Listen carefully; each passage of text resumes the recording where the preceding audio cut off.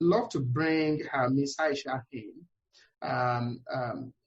People have received that question a lot also in the last couple of days in terms of what are the different kind of third-party investment financing that could actually be available for a business that is investable. What are the options? What are the, because just few hours ago I still received email from people asking question about this. What are your thoughts on this, Ms. Aisha? Yeah, sure.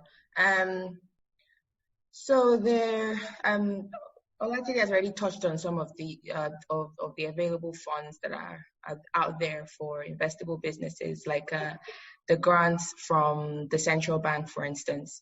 When in regards to finance, for instance, agriculture specifically, you have the AgSMIS fund that is being disbursed by NERSAL.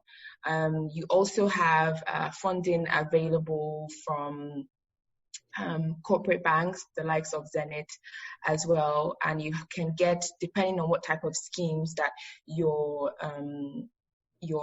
going for, you can debt funding. So that's loans with interest rates of 9%, which is slightly higher than the AgSMIS microfinance loan rate of 5%.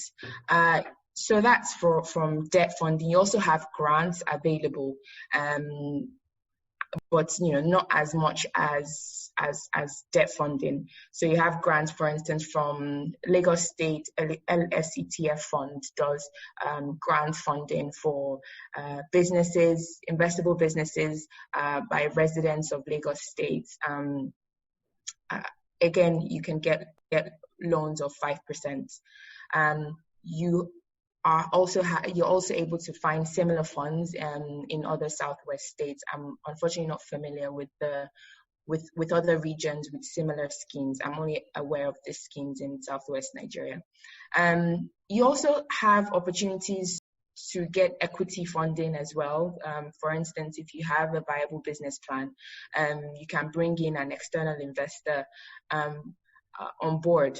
But what I will say though, and Olajide made valid points about this. It's not, I think having a product market fit, which essentially just means that you've proven your solution is viable and profitable, is probably the way to go to improve your chances of getting funding.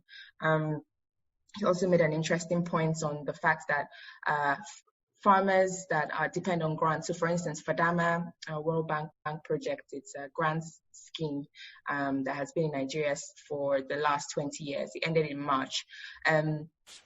Despite it being in the country for more than 2 decades, in terms of the impact on how it's improved farmers' productivity, it's very low, and surprisingly so given the period that it's been here.